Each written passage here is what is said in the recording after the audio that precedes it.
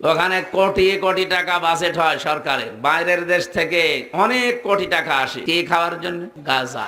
আশা করছে এবার মনে মনে সিদ্ধান্ত নিয়েছে যে এই টাকাগুলো দিয়ে যারা আসবে এদের এই গাঁজা খাওয়া বাদ দিয়ে খেজুর আর দুধ খাওয়া, শরীরে শক্তিও বাড়বে, মনও ভালো থাকবে। আমাদের দেশে যারা কিছু লালনবাদ আছে, উচ্চ শিক্ষিত মানুষ লালনকে মহব্বত করে, লালনবাদকে বুকে ধারণ করে, লালন গীতি না শুনলে নাকি তাদের তৃপ্তি হয় না।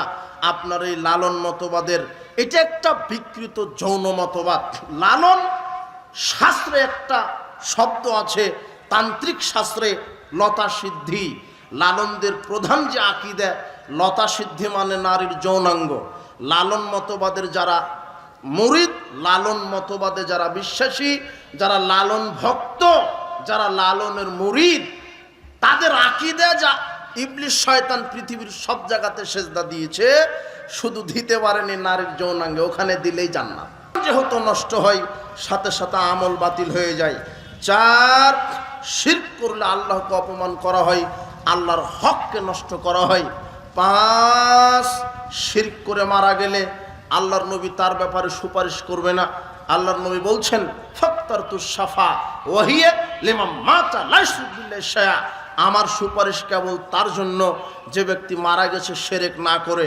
শিরক করে মারা গেলে কে সুপারিশ করবে না? মুহাম্মদ সাল্লাল্লাহু আলাইহি ওয়াসাল্লাম সুপারিশ করবে না। মুহাম্মদ সাল্লাল্লাহু আলাইহি ওয়াসাল্লামের সুপারিশ অতীব জরুরি। আল্লাহ তুমি আমাদের জন্য তার সুপারিশ কবুল করো। আল্লাহ তুমি মুহাম্মদ সাল্লাল্লাহু আলাইহি ওয়াসাল্লামের সুপারিশ আমাদের জন্য তুমি কবুল করো, আমিন। বলছিলাম, শিরক করলে মুহাম্মদ সাল্লাল্লাহু আলাইহি ওয়াসাল্লামের সুপারিশ পাওয়া যাবে না। শিরক কি? সমাজে এখন শিরক কি জিনিস, কি করলে শিরক হয়? শিরক আরবি, এর বাংলা হচ্ছে অংশীদারি স্থাপন করা, আল্লাহর সাথে অন্য কাউকে তুলনা দেওয়া, সমকক্ষ নির্ধারণ করা। যেই কাজটা শুধু আল্লাহ পারে, কেউ পারে না, ওই কাজে অন্য কাউকে শিরক অংশীদার করার নাম হচ্ছে শিরক। যেই কাজ শুধু আল্লাহ পারে, আর কেউ পারে না। আপনাকে সন্তান দিতে পারে কে? এখন আপনি যদি বলেন যে পীরের দরগাতে গেলেও সন্তান হবে, তাহলে আপনি মুশরিক। কথা বুঝেননি মনে হয়, আপনার ঈমান ভেঙে গেছে। আপনি আর জান্নাতে প্রবেশ করবেন না, কোনো দিন সম্ভব নয়। কেন? আপনি বড় মুশরিক। সন্তান দিতে পারে কে? আল্লাহ। পাপ ক্ষমা করতে পারে কে? আল্লাহ। বালা মুসিবত থেকে মুক্তি দান করতে পারে কে? আল্লাহ। কিন্তু আপনি যদি বলেন যে না, বালা মুসিবত বিপদ থেকে পীর সাহেবও বাঁচিয়ে দিতে পারে, তাহলে আপনি বড় মুশরিক। আল্লাহর যেটা হক, সেজদা পাওয়ার মালিক কে? আল্লাহ। এখন আপনি যদি মাজারে মৃত পীর বা জীবিত পীরকে সেজদা করেন যে না, আল্লাহ তো সেজদা পাওয়ার হক রাখে, পীর সাহেবও সেজদা পাওয়ার হক রাখে, এই বলে যদি আপনি পীরকে সেজদা দেন, আপনি মুশরিক। আপনি আর জান্নাতে প্রবেশ করতে পারবেন না। কেন? আপনি বড় মুশরিক। সমাজে অনেক শিরক আছে। পীরকে মূল্যায়ন করা শিরক, কবরকে মূল্যায়ন করা শিরক, কবর পূজা শিরক, মাজার পূজা শিরক, খানকা পূজা শিরক, পীর পূজা শিরক, উসিলা পূজা শিরক। কবরে সেজদা দিলে শিরক হয়। মাজারে পীর জীবিত আছে, আকীদা শিরক। মাজারে পীর জীবিত থেকে মানুষের কল্যাণ অকল্যাণ করতে পারে, এই আকীদা শিরক। মাজারে আগরবাতি মোমবাতি চাদর গিলাপ জড়ালে বরকত হয়, এই আকীদা শিরক। মাজারে নজর নেওয়াজ গরু খাসি মোরগ মানত করলে বালা মুসিবত দূর হয়, এই আকীদা শিরক। এভাবে শিরক সমাজে চালু আছে। আরে পীরের সুপারিশের উপরে ভরসা করছে, পীরের সুপারিশে জান্নাতে যাব, এ হলো বড় মুশরিক। ভরসা পীরের উপরে নয়, পীর তো বহুদূরের কথা, ভরসা কোনো নবীর উপরে করা শিরক। ভরসা কার উপরে? আল্লাহর উপরে।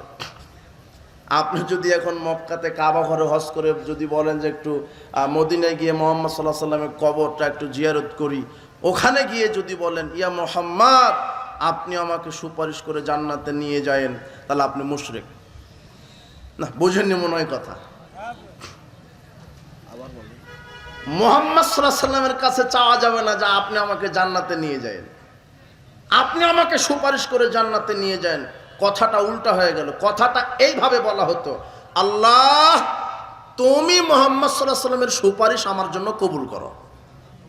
সুপারিশ চাইতে হবে কার কাছে? কোনো নবীর কাছেও নয়। কোনো নবী জান্নাত জাহান্নাম দেওয়ার ক্ষমতা রাখে না। কোনো নবী মানুষকে হেদায়েত দেওয়ার ক্ষমতা রাখেনি। পীর তো বহু দূরের কথা।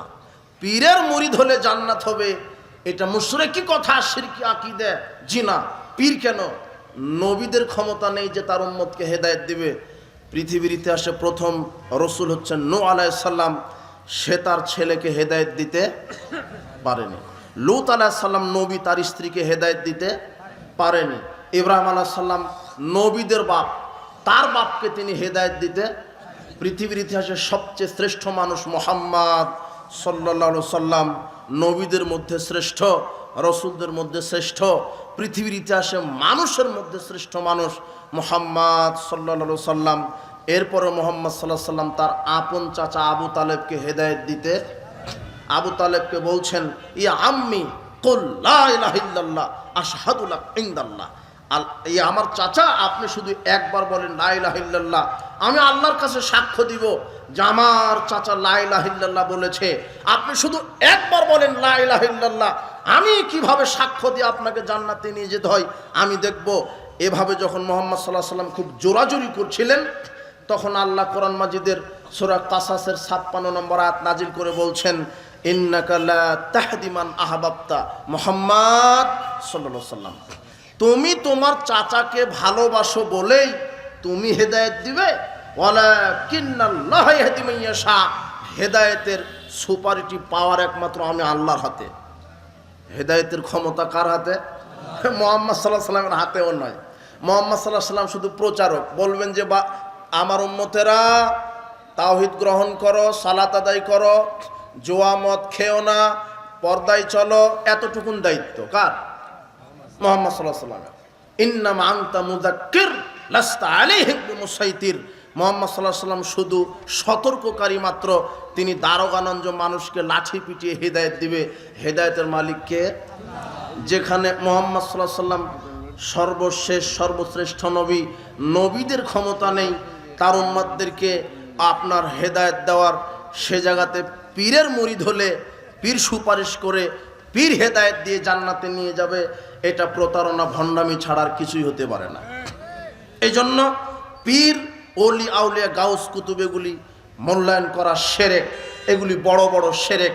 যদি পীরের মুরিদ হন এই আকীদায় যে পীর আমাকে সুপারিশ করে জান্নাতে নিয়ে যাবে, জি না। শোনেন আর একটা কথা, পীর তো বহুদূরের কথা। মুহাম্মদ সাল্লাল্লাহু আলাইহি সাল্লামকে সুপারিশের ক্ষমতা আল্লাহ বিচারের মাঠে দিবেন। আল্লাহ একমাত্র ব্যক্তির সুপারিশ কবুল করবেন বিচার মাঠে, তার নাম মুহাম্মদ সাল্লাল্লাহু আলাইহি সাল্লাম। এরপরেও তিনি তার উম্মতের কাউকে প্রতিশ্রুতি দিয়ে যেতে পারেনি যে তোমরা, হে আমার মেয়ে, হে আমার সন্তানেরা, হে আমার উম্মতেরা, তোমরা আসো বিচার মাঠে, আমি সুপারিশ করে জান্নাতে নিয়ে যাব। এই প্রতিশ্রুতি কে দিতে পারেনি? মুহাম্মদ সাল্লাল্লাহু আলাইহি সাল্লাম দিতে পারেনি। সেখানে আপনার পীর বলছে যে কে জান্নাতে যাবে, চাদর ধরেন জান্নাতে নিয়ে যাচ্ছি, মানে ও বায়াত দিয়ে নিয়ে জান্নাতে চলে যাবে। ওরই কি হয়? ওর কি হয়? কেন বললাম যে মুহাম্মদ সাল্লাল্লাহু আলাইহি সাল্লাম প্রতিশ্রুতি দিতে পারেনি? 3527 নম্বর হাদিস সহিহ বুখারীর, আল্লাহর নবী বলছেন, ইয়া বানি আব্দে মানাফ ইশতারু আনফুসাকুম মিনাল্লাহ।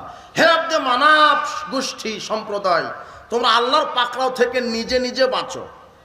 ইয়া আব্দি বানি আব্দুল মুত্তালিব, হে মুত্তালিবের গোষ্ঠীরা, তোমরা আল্লাহর শাস্তি থেকে নিজে বাঁচার চেষ্টা করো।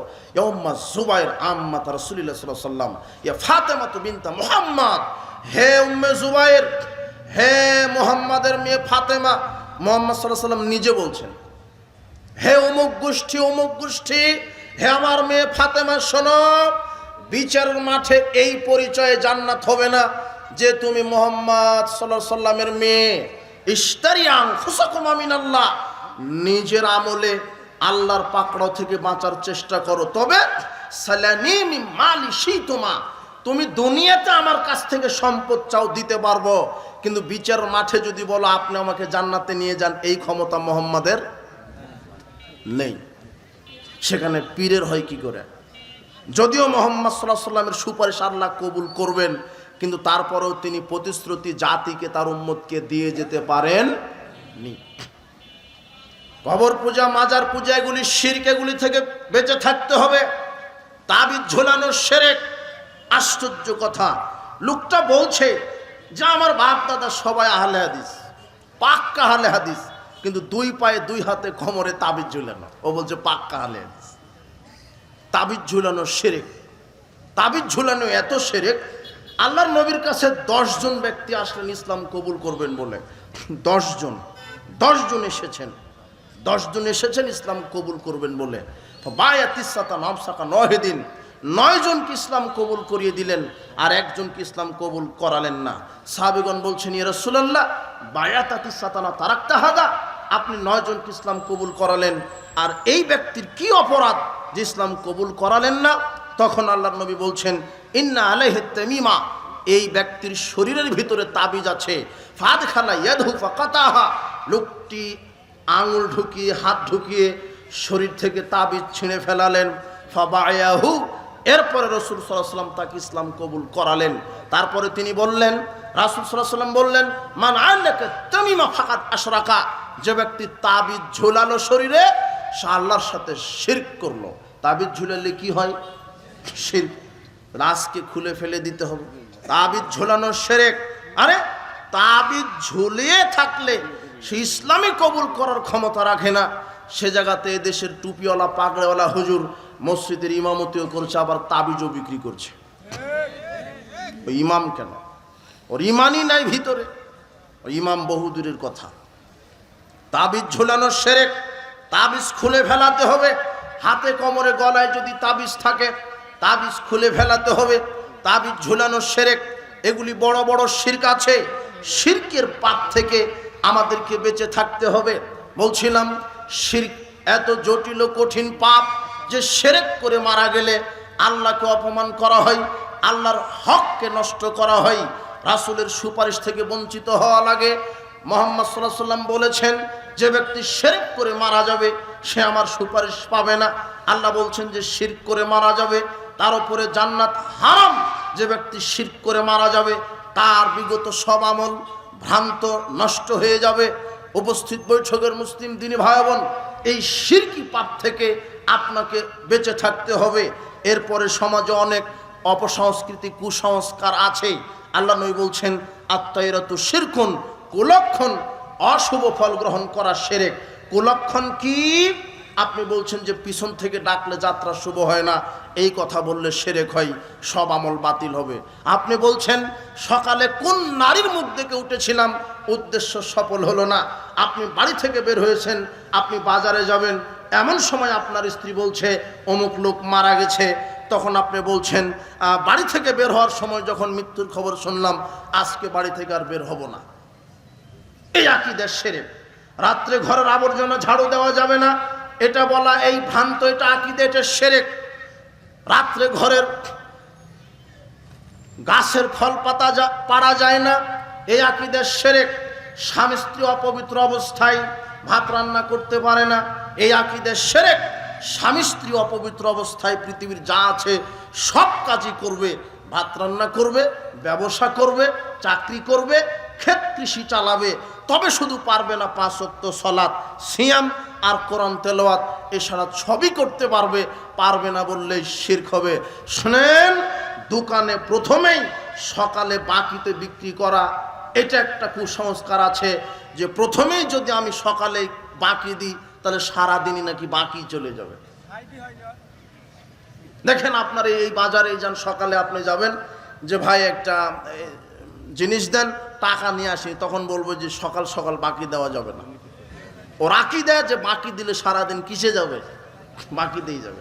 এই মুনাফিকের আরো আকীদা দেখেন, একদিন মনে করেন হঠাৎ তার ওই শ্বশুর গেছে তার দোকানে, শ্বশুর গেছে, গিয়ে বলছে যে জামাই 1 প্যাকেট লবণ দাও, দিয়েছে, শ্বশুর এখন টাকা নিয়ে যায়নি। এখন জামাইয়ের কাছে, জামাই তো আর বলতে পারবে না শ্বশুরকে যে শ্বশুর মশাই বাকিতে তো দেওয়া যাবে না, এটা শ্বশুর এসেছে।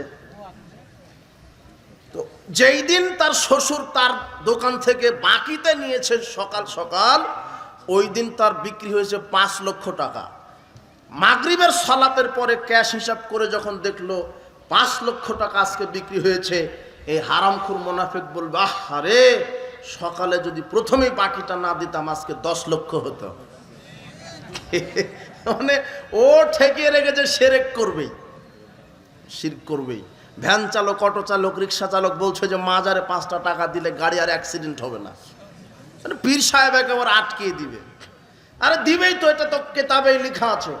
এদেশের পীর আছে মায়েজ ভান্ডারী পীর, চট্টগ্রামের মায়েজ ভান্ডারী পীরের এত ক্ষমতা, মায়েজ ভান্ডারী পীরের এত ক্ষমতা যে মায়েজ ভান্ডারী পীরের মুরিদ ওই হজ করতে চলে গেছে।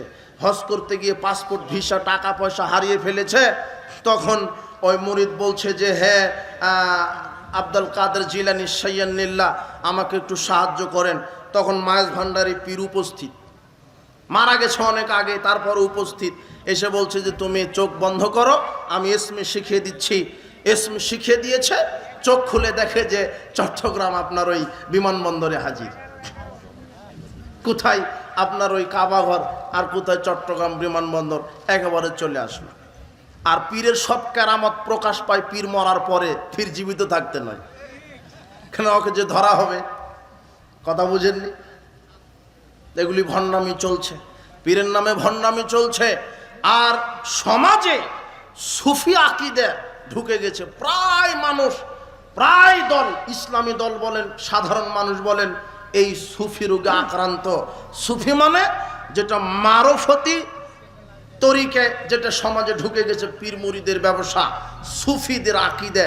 এদের আকীদা, যারা পীরের মুরিদ হয়, এদের আকীদা যে পীর হচ্ছে আল্লাহ, পীরই আল্লাহ, পীর আল্লাহ। এদের আকীদা যে পীরকে সেজদা করলে আল্লাহকে সেজদা করা হয়।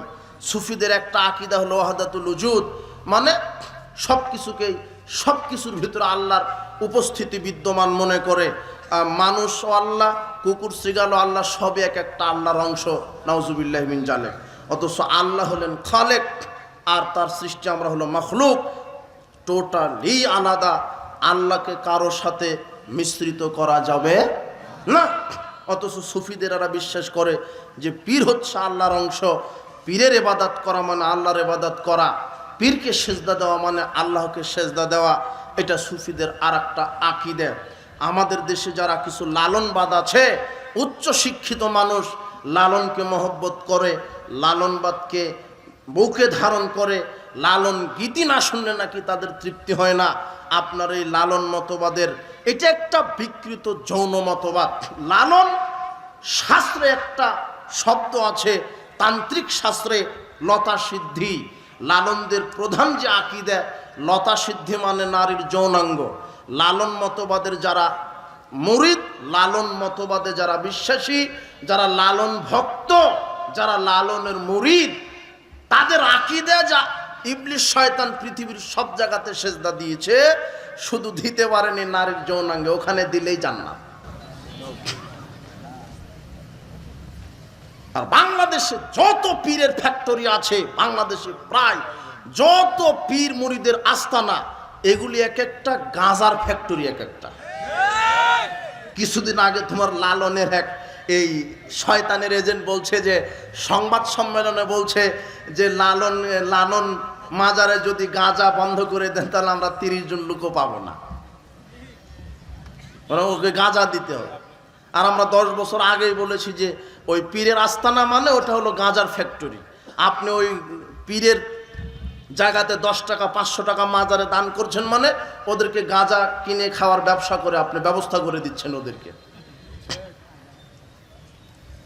আর আমি সেদিন ওই দিনাজপুর প্রোগ্রাম শেষ করে ওই বগুড়া মহাস্থানগড় আছে, ওখানে একটা মাজার আছে, কি ভুলে গেছি, পীর সাহেবের, শাহ সুলতান মাজার।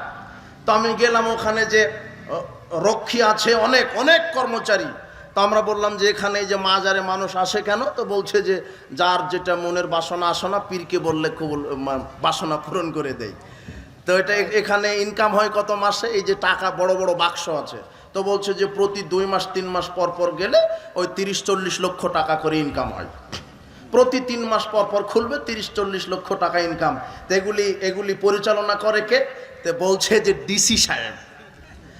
তখন আমি চিন্তা করলাম যে বড় বড় মাজারের যেগুলি সরকারিভাবে তদারকি করা হয়, আর এই জন্য আমরা বলেছি যে নেতৃত্বের সংস্কার হতে হবে।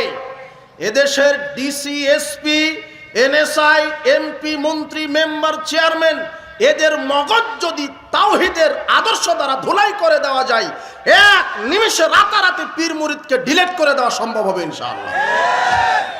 এদেরকে আগে সঠিকটা বুঝাতে হবে, কিন্তু যুবকেরা বুঝতে পারেনি।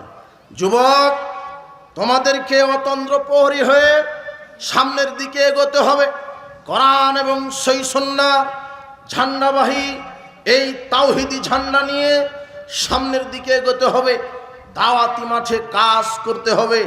আল্লাহর নবী শিরক বেদাতের বিরুদ্ধে কঠোর ভূমিকা বক্তব্য দিয়ে গেছেন, জাতিকে সচেতন করেছেন। আল্লাহর নবী কবর, মাজার, খানকা পূজারীদের বিরুদ্ধে বক্তব্য দিয়ে গেছেন।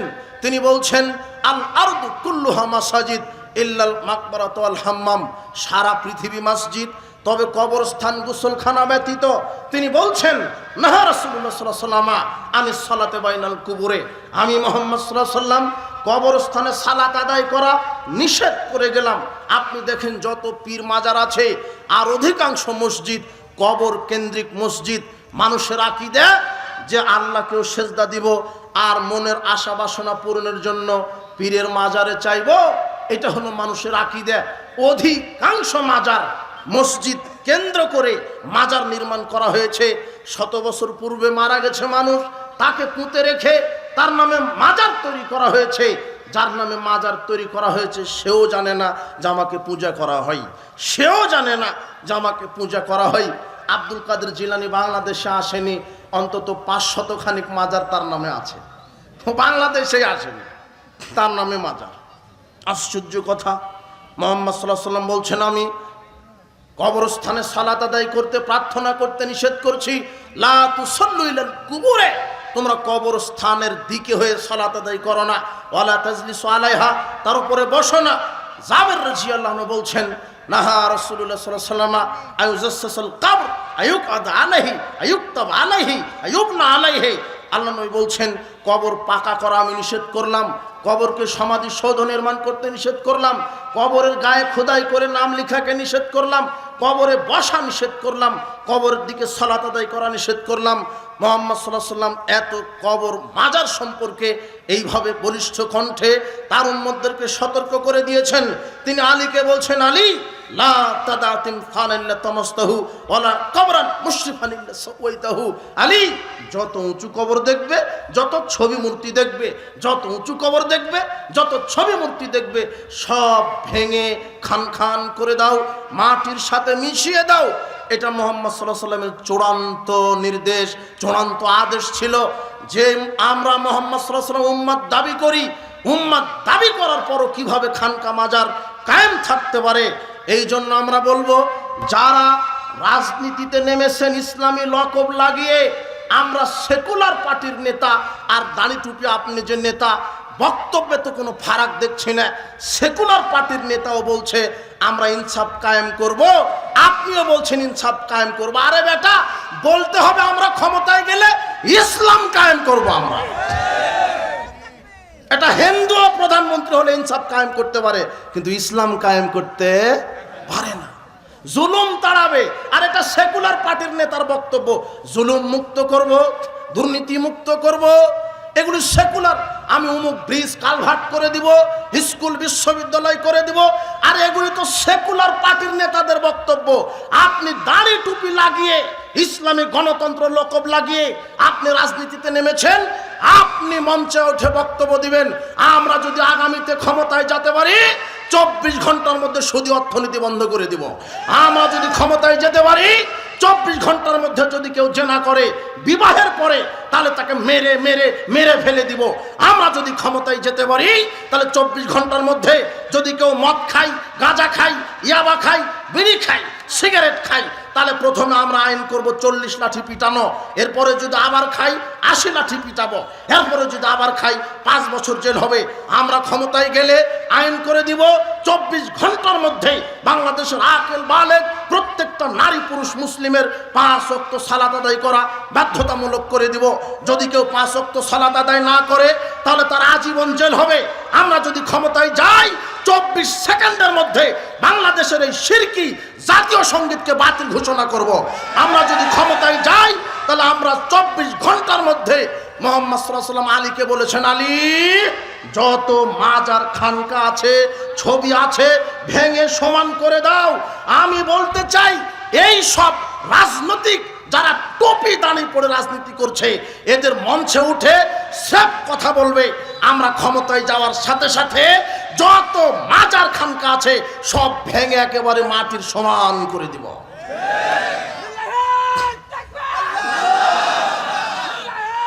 তুমি বসো।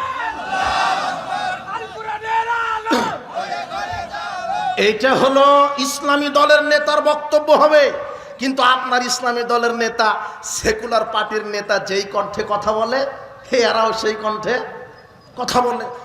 হককে হক বলতে হবে, হিকমতের দোহাই দিয়ে ইসলাম কায়েম হবে না। শিরককে শিরক বলতে হবে, বেদাতকে বেদাত বলতে হবে। এটাই হলো আহলে হাদিস আন্দোলনের বৈশিষ্ট্য। সব বলে দিতে হবে এটা শিরক। কবর পূজা শিরক, মাজার পূজা শিরক, 26শে ডিসেম্বর 16 ডিসেম্বর পালন করা শিরক, 21শে ফেব্রুয়ারি পালন করা শিরক, শহীদ মিনারে ফুল দেওয়া শিরক, স্মৃতিসৌধে নিরাপত্তা পালন করা শিরক, আপনার শিখা অনির্বাণ শিখা চিরন্তনকে মূল্যায়ন করা শিরক, নেতার ছবিকে মূল্যায়ন করা শিরক। শোনেন, দাড়ি টুপি দিয়ে যারা রাজনীতি করছে এরা জাহেলিয়াতকে মেনে নিয়ে মাঠে নেমেছে। জনাব, কিয়ামত পর্যন্ত জাহেলিয়াতের সাথে আপোষ ইসলাম কায়েম হবে না। ভুয়া ইসলাম কায়েম হতে পারে, কিন্তু মুহাম্মদ সাল্লাল্লাহু আলাইহি ওয়াসাল্লামের ইসলাম কায়েম হবে না। আপনাকে আপোষহীন হতে হবে। কি আপনি এটা জেনে শুনেই মাঠে নেমেছেন যে 30% নারী নেতৃত্ব থাকবে, অথচ মুহাম্মদ সাল্লাল্লাহু আলাইহি ওয়াসাল্লাম বলছেন লা ইফলিহু কওমুন ওয়ালাউ আমরাহুম ইমরাতান। ওই জাতি কিভাবে সফল হবে? যেই জাতির নেত্রী হবে একজন নারী। একটা দেশের একজন নারী যদি মেম্বার হয় সারা দেশে বালা মুসিবত গজব নাজিল হবে। কিন্তু তোমার টুপি দাড়ি হুজুর ভোটের ক্যানভাস করছে ডানা কাটা পরীকে নিয়ে। গণতন্ত্র চিরদিনই শিরক, গণতন্ত্র চিরদিনই কুফর। গণতন্ত্র দিয়ে ইসলাম কায়েম হবে না। তোমার হুজুরকে রাজনীতি করতে হবে, মদিনার রাজনীতি। রাজনীতি করা ফরজ, রাজনীতি করতে হবে। আর এদেশের হুজুরেরাই রাজনীতি করবে, তবে সেটা হবে মুহাম্মদ সাল্লাল্লাহু আলাইহি সাল্লামের রাজনীতি। আলেমেরাই রাজনীতি করবে, সংসদে বসবে হকপন্থী, 300টা সিটে হকপন্থী আলেম ওলামা এমপি হবে, মন্ত্রী হবে। কোনো দুর্নীতিবাজ, কোনো চাঁদাবাজ, কোনো মদখুর, কোনো গাঁজাখুর, কোনো লুচ্চা, কোনো বদমাশ, কোনো হারামখুর নেতা হতে পারে না। নেতা হবে তো আলেম ওলামা, নেতা হবে হকপন্থী আলেম ওলামা। শোনেন, ইসলামের নীতি হলো যে ইসলাম নেতার পরিবর্তন চায় না, ইসলাম নীতির পরিবর্তন চায়। ইসলাম দলের পরিবর্তন চায় না। আরে আওয়ামী লীগই ক্ষমতায় থাকুক, গায়ে মনে হয় বাদলে একটু। তোমার ওই শেখ হাসিনার যে ছেলে সজীব ওয়াজিদ জয়, ও প্রধানমন্ত্রী হোক, তবে শর্ত দাড়িটা ছেড়ে দিবে, টুপি রাখবে, একেবারে তাওহিদবাদী মুসলিম হয়ে যাবে। আর সংসদের 300টা সিটে এদেশের হকপন্থী আলেম ওলামাকে মন্ত্রী বানাবে, আর সংবিধান করবে কোরআন আর হাদিস। বাস, আর লাগবে? বেশ লাগবে, আমাকে যেতে হবে। ও একাই খাবে কেন? আমি একটু খাবো। না হলে একটা এমপি, একটা চেয়ারম্যান হতে গেলে 1 কোটি টাকা খরচ করতে হয় কেন?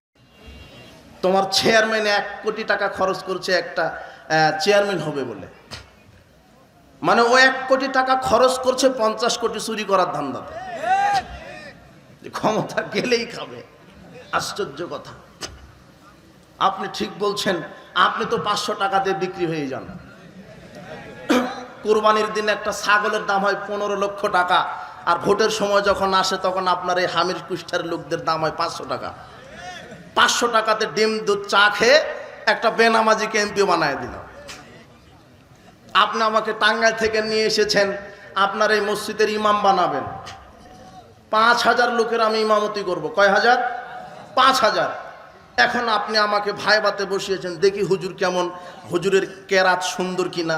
ভাইবা নিবেন না আমার যোগ্যতা কেমন, আমার সুন্নতি লেবাস আছে কিনা, আমার পায়জামা টাকনোর ওপরে কিনা, আমার বউ পর্দায় থাকে কিনা।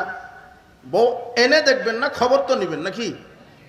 এগুলি ভাইবা নিচ্ছেন। যোগ্য লোককে আপনি মসজিদের কি বানাবেন? ইমাম। আমি কতজন লোকের ইমাম? ৫,০০০। এত কিছু দেখছেন। হুজুর হারাম খায় কিনা, হুজুর লুচ্চা কিনা, হুজুরের বউ কয়টা আছে, কথা বুঝেন নি মনে হয়, এগুলি দেখেন। কিন্তু এমপি যখন আপনারা নির্বাচন করেন, কয়জন লোকের জন্য এমপি নির্বাচিত হয়? ৫ লাখ। ৫ লাখ লোকের জন্য একজন ইমাম আপনারা নির্বাচন করেন যে অমুককে নেতা বানাবো। ও ৫ লাখ লোকের ইমামতি করবে, ৫ লক্ষ লোকের ইমাম। আর ইমাম মানেই তো নেতা। আপনি শুধু ইমাম মানে বুঝেছেন যে 5 বার আজান দিবার খাবে, এটা জি না। ইমাম মানে নেতা, ও সমাজ চালাবে। যে মসজিদের ইমাম হবে সেই রাষ্ট্রের ইমাম হবে। তাহলে চুরি বন্ধ হবে, ডাকাতি বন্ধ হবে, লুচ্চামি বন্ধ হবে। কিন্তু আপনি মাত্র ৫,০০০ লোকের ইমাম তৈরি করবেন, এই জন্য এত কিছু যাচাই করলেন। কিন্তু আপনি এত বড় নিমুখ হারাম, এত বড় অশিক্ষিত এই জাতি, আপনি ৫ লক্ষ লোকের জন্য একজন এমপি নির্বাচিত করছেন। কিন্তু আপনি কোনোদিন বললেন না ও অজু জানে কিনা, ও সালাত আদায় করে কিনা, ও কেবলা চিনে কিনা, ও মুহাম্মাদের আদর্শ মানে কিনা, ওর দাড়ি আছে কিনা, ওর পাঞ্জাবি আছে কিনা, প্যান্ট টাকনোর উপরে আছে কিনা, মদ খায় কিনা, গাঁজা খায় কিনা, বদমাস কিনা, লুচ্চা কিনা, বউ বেটি পর্দায় থাকে কিনা, আপনি 1 সেকেন্ডের জন্য আপনি তদন্ত করেননি। আপনি এই হারামখোরকে আপনি নেতা বানিয়েছেন, এই বেনামাজিকে এমপি বানিয়েছেন। ও কি বাংলাদেশে নামাজ কায়েম করতে চাইবে? ও তো নিজেই বেনামাজি। ও কি দুর্নীতি বন্ধ করবে? যে দেশে তোমার পিয়ন 400 কোটি টাকার মালিক, সে জায়গাতে মন্ত্রীদের খবর কি? বুঝনি মনে হয় কথা। এরা তো চাইবে না যে ইসলাম কায়েম হোক।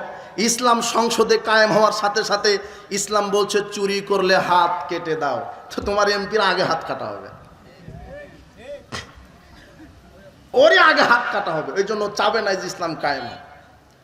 ইসলাম বলছে যে জেনা করলে, বিবাহের পরে জেনা করলে তাকে মেরে ফেলে দাও। তো তোমার নেতাকে আগে মারা লাগবে কেন? ওর যে কত নারীর সাথে সম্পর্ক, ও তো চাইবে না। ইসলাম বলছে যে মদ যদি পান করে তো প্রথম অবস্থায় ভালো কোম্পানির জুতা দিয়ে 40টা পিটাতে হবে। কেউ যদি মদ একবার মুখে দেয় তাহলে শরীয়তের শাস্তি কি? যদি একটা সিগারেট মুখে দিয়েছে তাহলে তার শরীয়তের শাস্তি কয়টা জুতা পিটা? 40টা। এটা ইসলামের বিধান।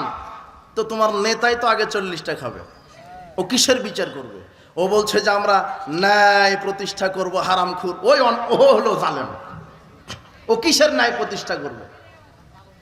ওর পকেটের সিগারেট, ওর দুর্নীতির মাল, ও চুরির মাল।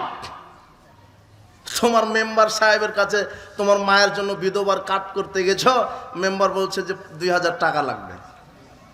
কয় হাজার টাকা লাগবে? মাদ্রাসার প্রিন্সিপালের কাছে গেছো তুমি সুপারিশ নিতেও বলছে যে 2 লক্ষ টাকা আমার জন্য চা খাওয়ার জন্য রেখে দিতে হবে। মাদ্রাসার প্রিন্সিপালের 2 লক্ষ লাগে চা খেতে। সব জায়গাতে হারামখোর, দুর্নীতিবাজ। শোনেন, আগামীতে আল্লাহর নিকটে দোয়া করি প্রতিপালক এক অভ্রান্ত সত্য নেতা বাংলাদেশে পাঠাও, যে কোরআন সুন্নাহর বিধান দিয়ে বাংলাদেশকে আলোকিত করে দিতে পারে, জুলুম শিরক বিদআত মুক্ত করে দিতে পারে। কোরআন সুন্নাহর দিকে আমাদেরকে ফিরে আসতে হবে। এছাড়া কোনো পথ নেই। ইসলাম ব্যতীত কোনো আদর্শ হতে পারে না। মুহাম্মদ সাল্লাল্লাহু আলাইহি ওয়াসাল্লামের আদর্শ ব্যতীত কোনো আদর্শ হতে পারে না। উপস্থিত বৈঠকের মুসলিম দিনী ভাই বোন, শয়তানের 4 দফা কর্মসূচি ঈমান ভঙ্গের। তার এক হচ্ছে শিরক বলেছি, 2 হলো কুফর। 2 হলো কি? কুফর। কুফর মানে বড় কুফর ঘটে গেলে ঈমান নষ্ট হয়। বড় কুফর কি? আল্লাহর বিধানকে অস্বীকার করা। আল্লাহর বিধানকে আর অস্বীকার করা লাগবে না, শুধু একটু ঘৃণা করলে কি হবে? সে ঈমান নষ্ট হয়ে যাবে। ও আর কোনোদিন জান্নাতে ঢুকতে পারবে না। ইসলামের কোনো একটা বিধানকে যদি ঘৃণা করে, কোনো একটা বিধান। তোমার নেতা বলছে যে আমরা তো শরিয়া আইনকে বিশ্বাস করি না। বলো তো তোমার নেতা বলেছে কিনা? এখনো কি ঘর জামাই আছেন নাকি? কাপুরুষতা এখনো আছে নাকি? তোমার নেতা এটা বলেনি যে আমি শরিয়া আইন বিশ্বাস? তুমি তো ওই নেতার পা চাটো, হারামখোর। আজকে তওবা করো। ভোট কেন্দ্রে কেন যাও? ভোট এটা হলো কুফরি মতবাদ। এই প্রচলিত ভোট এটা হলো জাহেলিয়াত, এটা হলো শিরক, এটা হলো কুফরি। ভোট দিয়ে নেতা নির্বাচন করলে চোর ডাকাতি নেতা হবে, ভালো মানুষ হবে না। এই খুঁটিটা এমপিতে দাঁড়িয়েছে ভোটের মাধ্যমে, এলো মদিনা বিশ্ববিদ্যালয় থেকে এসেছে মন্ত্রী। আর এই খুঁটি হলো হিরো আলম। এই খুঁটি এও এমপি। এ কি? এ ভোট পেয়েছে আপনার হামির কুষ্টার 49 জন আলেমের ভোট পেয়েছে, আর হিরো আলম পেয়েছে 50 জন লুচ্চার ভোট। বলো তো এমপি কে? এটা হলো ভোটের ফজিলত। এটা ভোটের কি? আর একটা ফজিলত, তুমি ভোট দিয়ে যাকে এমপি করেছো ও সারা জীবন যত লুচ্চামি করবে, যত চুরি চাপটা করবে, সমপরিমাণ আপনার হলো পাপ আপনার ওই অ্যাকাউন্টে জমা হবে। এটা হলো ভোটের ফজিলত, অরিজিনাল ফজিলত একটা। এখন ইসলামে আপনি নেতা নির্বাচন করবেন কিভাবে? সিলেকশন। ইসলামে নেতা নির্বাচন হবে কিভাবে? সিলেকশন। 10 জন জ্ঞানী লোক একটা মঞ্চে উঠে 10 মিনিট 10 দিন চিন্তা ভাবনা করবে যে বাংলাদেশের প্রধানমন্ত্রী কাকে করা যায়। 10 দিন ভাবা চিন্তার পরে হ্যাঁ, ডক্টর গালিব আছেন, খুব উচ্চ শিক্ষিত পণ্ডিত মানুষ। এই যে দেখেন, সিলেকশনের মাধ্যমে নেতা নির্বাচন হলে তাকওয়াশীল পরহেজগার মানুষ নেতৃত্বে আসে, আর ইলেকশনের মাধ্যমে নেতা নির্বাচন হলে চোর বদমাশ হারামখোর নেতৃত্বে আসে। আপনি ঠিক বললেও ঠিক, না বললেও তো ঠিক। এই গণতন্ত্র এটা কুফরি মতবাদ। গণতন্ত্র মানুষের তৈরি করা বিধান। ইসলাম কি প্রদত্ত? গণতন্ত্রের জনক হচ্ছে মানুষ, আর ইসলাম আল্লাহ প্রদত্ত। গণতন্ত্রে আইন হচ্ছে মানুষের, আর ইসলামে আইন কার?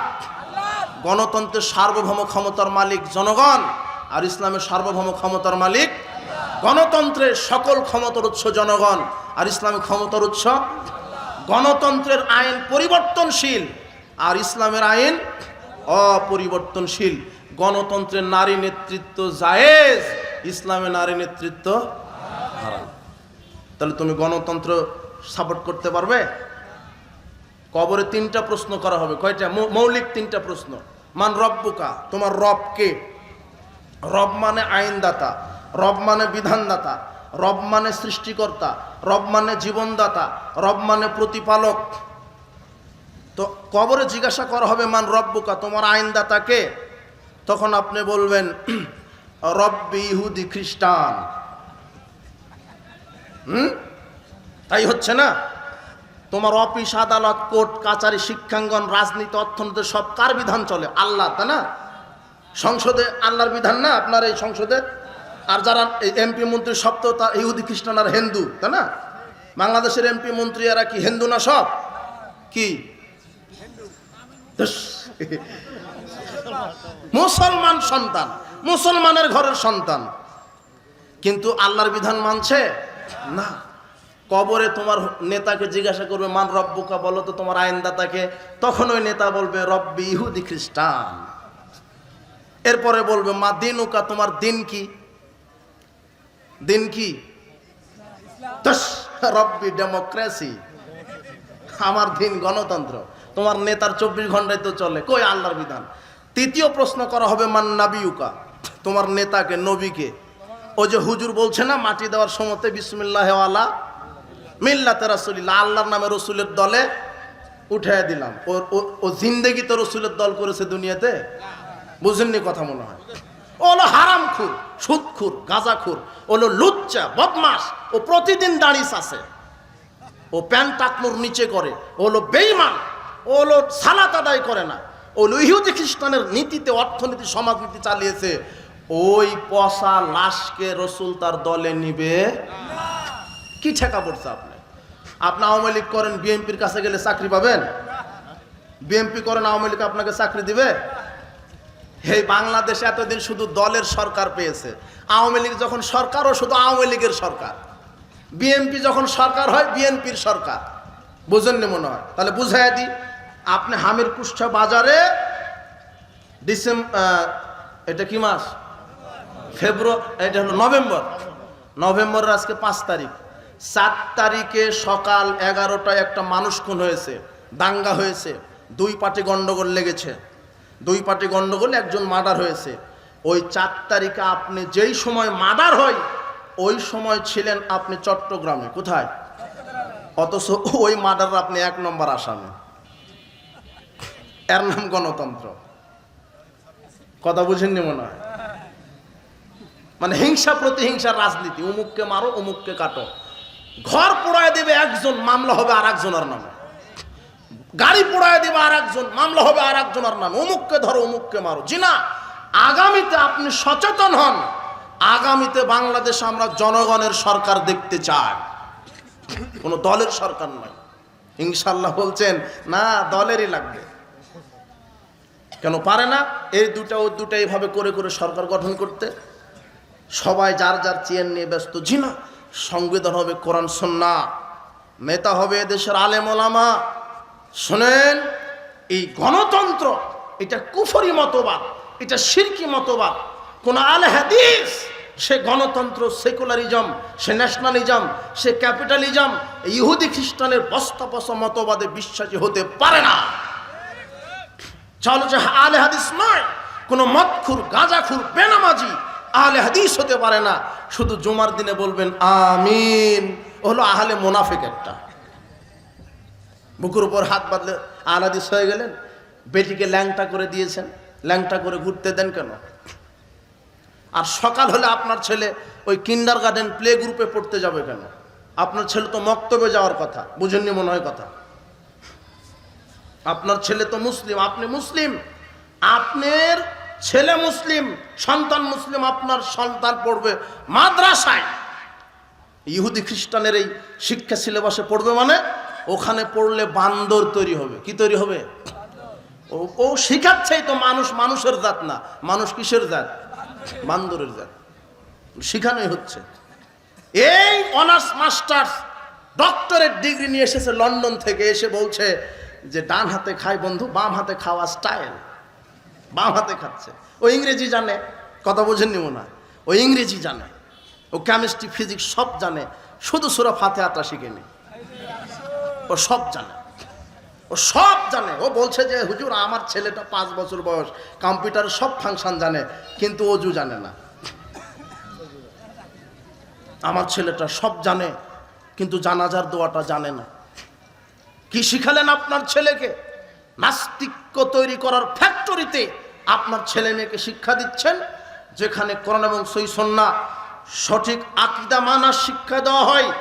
এই প্রতিষ্ঠানগুলিতে আপনার ছেলে মেয়েকে পড়াশোনা করান, তাহলে আপনি বাঁচবেন, আপনার ছেলে মেয়ে বাঁচবে। সংক্ষেপে শিরকের ঈমান ভঙ্গের 4টে কর্মসূচি কি বলা হলো? শিরক, 2 হলো কুফর। কুফর মানে আল্লাহর বিধানকে কেউ যদি ঘৃণা করে। কি করে? হাত কাটা কার বিধান? এই হাত চুরি করলে হাত কাটা যাবে, এটা কার বিধান? এই বিধানকে যদি কেউ ঘৃণা করে তাহলে সে কাফের। সে কি? কাফের। মদ পান করলে 40টা জুতা পিটা করতে হবে, এটা কার বিধান? বিবাহের পরে জেনা করলে তাকে মেরে ফেলে দিতে হবে, কার বিধান? আল্লাহর কোনো বিধানকে যদি অস্বীকার করা নয়, স্বীকার করে কিন্তু বিধানকে তার ভালো লাগে না, ঘৃণা করে, তাহলে সে কি হয়ে যাবে? কাফের। আর সে কেউ যদি মনে করে যে আমি শুধু ইসলামকে মানব মসজিদ মাদ্রাসায়, রাজনীতিতে আমি ইসলাম মানতে পারবো না, রাজনীতিতে ইসলাম চলবে না, অর্থনীতিতে ইসলাম চলবে না। আল্লাহ বলছেন সূরা নিসার 150 আয়াতে, ইয়াকুলুনা নুমিনু বিবাদি ওয়া নাকফুরু বিবাদ। যারা বলে যে আমরা ইসলাম অর্ধেক জীবনে মানব আর অর্ধেক জীবনে মানব না, উলাইকা হুমুল কাফিরুনা হাক্কা, এরা হলো অরিজিনাল কাফের। এরা কি কাফের? যারা শুধু মসজিদে আল্লাহকে মানে কিন্তু রাজনীতিতে আল্লাহর বিধানকে মানতে অস্বীকার করে, এরা কি কাফের? অরিজিনাল কাফের। আপনাকে সার্বিক জীবনে কাকে মেনে চলতে হবে? শয়তানের 3 নম্বর ঈমান ভঙ্গের কর্মসূচি নিফাক, মুনাফিকি। এই মুনাফিকেরা দাড়ি টুপিও আছে দেখবেন, এরা ওই বিজাতিদের দলেও থাকে, মুসলমানের দলেও থাকে। এমনকি মুসলমান যদি বিজয় হয় কষ্ট পায়, আর বিজাতি যদি পরাজিত হয় কষ্ট পায়। মুসলমানের বিরুদ্ধে এরা অবলম্বন করে। সমাজে কিছু মুনাফিক আছে, কিন্তু টুপি দাড়ি ঠিকই আছে, কিন্তু এরা মুসলমান, ইসলাম মসজিদ মাদ্রাসাকে সহ্য করতে পারে না। কিছু সমাজে আছে এক শ্রেণীর ভদ্রলোক, যারা আলেম ওলামাকে দেখে নাক ছিটকাই, আলেম ওলামার উন্নতি সহ্য হয় না, অথচ সেও সালাত আদায় করে। শোনেন, মুনাফিকের সর্দার আব্দুল্লাহ ইবনে উবাই 5 ওয়াক্তই সালাত আদায় করেছিল, কিন্তু সে মুনাফিকের কি সর্দার। এক শ্রেণীর সমাজে মুনাফিক আছে, ইসলামী আদর্শ ভালো লাগে না। ও কালেকশনে চাদর দিবেন, দেন যুবকদেরকে বলেন ওই যে নিয়ে যাবে। যুবকেরা যাও, আপনারা যান, যারা যে দায়িত্বে আছেন চাদর নিয়ে যাবে, আপনারা দান করবেন। তো মুনাফিকদের অন্তরে এটাই থাকে, দ্বিমুখী চরিত্র। এরা ইসলামের উন্নতি সহ্য হয় না, আলেম ওলামার উন্নতি দেখতে পারে না, বরং ইসলাম পরাজিত হলে এরা খুশি হয়, আর অনিসলামিক কোন আন্দোলন বিজিত হলে এরা খুশি হয়। এরা হলো মুনাফিক, এদের ঈমান নাই। এরা সালাত সিয়াম হজ যাকাত আদায় করলো, এরা টাটকা মুনাফিক, অরিজিনাল মুনাফিক। 4 নম্বর ঈমান ভঙ্গের কর্মসূচি, যারা তাগুদের পূজায় বিশ্বাসী। তাগুত কি? আল্লাহর আইনকে বাদ দিয়ে যারা মানুষের আইনকে পছন্দ করে। কথা বুঝেছেন কি? আল্লাহর আইনকে পছন্দ করে না, মানুষের আইনকে পছন্দ করে, এর হলো তাগুত। যারা আল্লাহর আইনকে ঘৃণা করে, মানুষের আইনকে উত্তম মনে করে, রসুলের আদর্শকে বাদ দিয়ে অন্য কোনো নেতার আদর্শের নীতি আদর্শকে উত্তম মনে করে, এরা হলো তাগুদের অনুসারী। এদের ঈমান নেই, এরা বিচারের মাঠে চিরস্থায়ী জাহান্নামের কাতারভুক্ত হবে। উপস্থিত বৈঠকের মুসলিম দিনী ভাই বোন, আপনাদেরকে যে সতর্ক করা হলো, শিরকের মতো ভয়াবহ পাপ থেকে বিরত থাকবেন, কুফর থেকে বিরত থাকবেন, নিফাক থেকে বিরত থাকবেন। ইন্নাল মুনাফিকিনা ফিদ দারকিল আসফালি মিনান নার, নিশ্চয় যারা মুনাফিক তারা জাহান্নামের সর্বনিম্ন স্তরে থাকবে, আর যারা তাগুদের সাথে থাকবে এদেরও পরিণাম জাহান্নাম। কোরআন মাজিদ আল্লাহ বলে দিয়েছেন, শিরক বর্জন করেন, কুফর বর্জন করেন, নিফাক বর্জন করেন, তাগুত বর্জন করেন, ঈমানকে পাকাপোক্ত করেন। আল্লাহ, তুমি আমাদের ঈমানকে সুন্দর রাখো, সঠিক রাখো, আমরা যেন সঠিক নির্ভেজাল তাওহীদ, নির্ভেজাল ঈমান নিয়ে মৃত্যুবরণ করে কবরে যেতে পারে, সেই তৌফিক তুমি দান করো। সময় সংকীর্ণতায় বিদাতের আলোচনা আমি ওইভাবে মানুষকে বুঝাতে পারি না, ইলম কালাম কম। শিরক একটা বিষয়, বিদাত একটা বিষয়। কোনো একটা বিষয় বুঝাতে গেলে সময়ের প্রয়োজন হয়। আর শিরকের ব্যাপারে সতর্ক থাকেন। আর বিদাত সম্পর্কে আমাদের অনেক লেখালেখি আছে, বই আছে, পড়াশোনা করেন, বক্তব্য শোনেন। আর সই আকীদা মানহাজ যাদের বিভ্রান্তিকর, এদের বক্তব্য শোনা থেকে বিরত থাকো। যাদের আকীদা মানহাজ ঠিক আছে, এদের বক্তব্য, এই আলেম ওলামাদের সহবতে থাকো যুবক, না হলে তুমি পথভ্রষ্ট হয়ে যাবে, ভ্রান্ত হয়ে যাবে। আল্লাহ তোমাদেরকে সঠিক দিন ইসলাম বোঝার এবং মানার তৌফিক দান করুন। আজকে যত যুবক এসেছে, আল্লাহ তুমি এদেরকে, তুমি তোমার ইসলামের সৈনিক, তোমার সৈনিক হিসেবে এদেরকে কবুল করে নাও। এদেরকে তুমি ঈমান, দিলে ঈমান দিয়ে পরিপূর্ণ করে দাও, ইসলামের সৈনিক বানিয়ে দাও। এদের কর্মজীবনে বারাকা দান করো, শিক্ষা জীবনে বারাকা দান করো। আল্লাহ, তুমি এদেরকে ইসলামের মহা সৈনিক বানিয়ে দাও। যুবকদের জন্য দোয়া রাখি, যত দিনই ভাই বোন এসেছেন, আল্লাহ তুমি এদের পাপগুলিকে ক্ষমা করে দাও। যারা চাকরিজীবী চাকরিতে বারাকা দান করো, যারা ব্যবসায়িক তাদের ব্যবসাতে বারাকা দান করো, যারা কৃষক কৃষিতে বারাকা দান করো। সার্বিক স্তরের যে যেখান থেকে এসেছেন প্রতিপালক, তুমি এদেরকে হেদায়েত দান করো, দুনিয়াতে কল্যাণ দান করো, পরকালে আজকের এই ইসলামী সম্মেলনকে তুমি বিচারের মাঠে নাজাতের উসিলা হিসেবে তুমি কবুল করো। সুবহানাকা আল্লাহুম্মা ওয়া বিহামদিক, আশহাদু আল্লা ইলাহা ইল্লা আনতা।